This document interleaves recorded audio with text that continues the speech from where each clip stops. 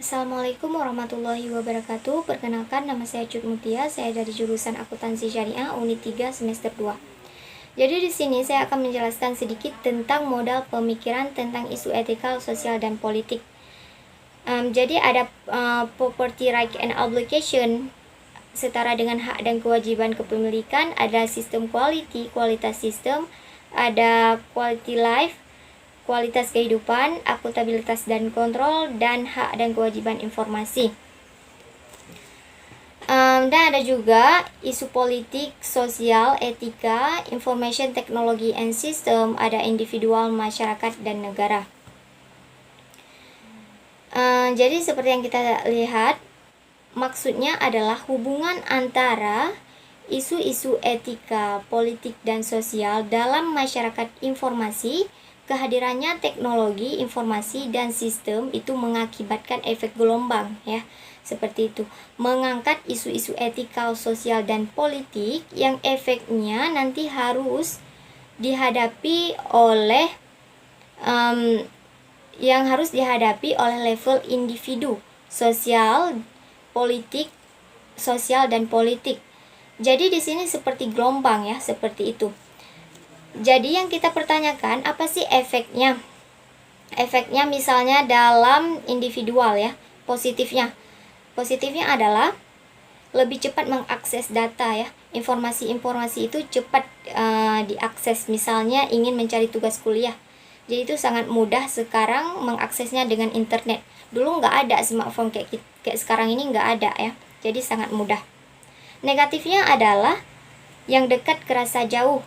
Jadi sekarang sibuk dengan smartphone-nya sendiri. Kalau kumpul keluarga atau bersama teman, itu tidak memikirkan orang sekitarnya. Jadi sibuk dengan smartphone-nya sendiri.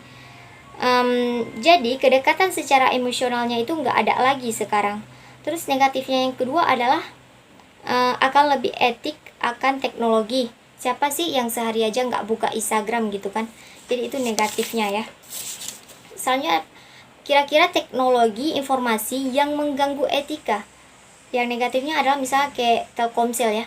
Sedikit-sedikit, bentar-bentar itu kasih pesan yang kadang-kadang itu nggak penting. Itu mengganggu kenyamanan kita sendiri, ya. Itu negatifnya, ya. Dan ada sosialisasi mungkin lebih kepada, ini yang negatif, ya. Masyarakat itu kadang suka menerima berita hoax tanpa memfilter dulu itu hoax atau fakta. Positifnya adalah informasi cepat diterima, itu udah pasti, ya. Jadi misalnya kayak himbauan pemerintah nih. Himbauan pemerintah, masyarakat sudah menerima terlebih dahulu dalam hitungan detik. Jadi itu sangat cepat, ya. Selanjutnya ada property right and obligation, kualitas sistem, kualitas kehidupan, hak dan kewajiban informasi, dan akuntabilitas kontrol. Itu maksudnya adalah isu-isu etikal, sosial, politik yang penting yang diangkat oleh sistem informasi itu mencangkup 1, 2, 3, 4, dan 5 yang tadi, ya, poin 1-5. Jadi saya ingin menjelaskan sedikit yang 5 poin itu. Yang pertama ada hak dan kewajiban informasi. Berkaitan dengan perlindungan privasi individu dengan tidak mencampuri atau membatasi kebebasan individu tersebut dengan mencari informasi seperti data-data melalui teknologi tanpa seizin atau sepengetahuan individu yang bersangkutan, ya.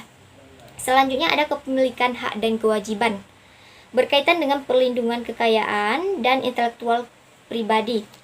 Kekayaan intelektual sebagai kekayaan yang tidak terwujud yang diciptakan oleh seseorang individu atau organisasi. Dengan adanya teknologi informasi membuat perlindungan terhadap kekayaan intelektual sulit untuk dilakukan. Kekayaan intelektual yang dilindungi meliputi rahasia dagang, hak cipta, dan hak paten. Dan selanjutnya yang ketiga ada akuntabilitas dan pengendalian. Pertanggungjawaban bagaimana mengawasi atau mengendalikan siapa yang bertanggung jawab nih atas segala kejadian yang merugikan informasi individu dan kolektif serta hak-hak kepemilikan ya. Contohnya misalnya saya punya embing nih dan dihack sama orang. Dan itu siapa yang bertanggung jawab, atau itu namanya pertanggungjawaban ya. Selanjutnya ada kualitas sistem. Berkaitan dengan standar kualitas data yang harus dipenuhi untuk menghindari kesalahan dari sistem, diterapkan untuk melindungi data dalam suatu perusahaan agar tidak menyebabkan kekacauan dan kerugian dalam bisnis tersebut. Selanjutnya yang terakhir ada kualitas hidup. Nilai-nilai apa yang harus dipelihara dalam masyarakat informasi dan pengetahuan? Institusi apa yang dilindungi nih dari penyalahgunaan terhadap informasi?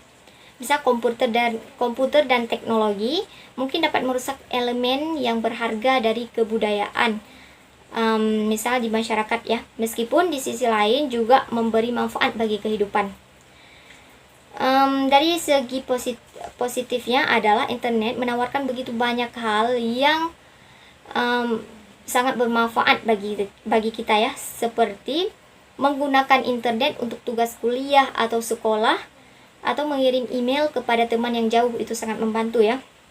Sedangkan yang negatifnya adalah pengguna internet bisa menjadi musuh bagi mereka, kelalaian dan menghabiskan waktu yang terlalu lama ya, terlalu lama online sehingga tidak dapat fokus mengerjakan pekerjaan rumah gitu ya, karena aktivitas online yang tidak penting. Jadi sia-sia gitu ya onlinenya, telah menguras banyak tenaga mereka, tidak mengikuti aktivitas dan kekurangan sosialisasi dengan keluarga ataupun teman, saudara.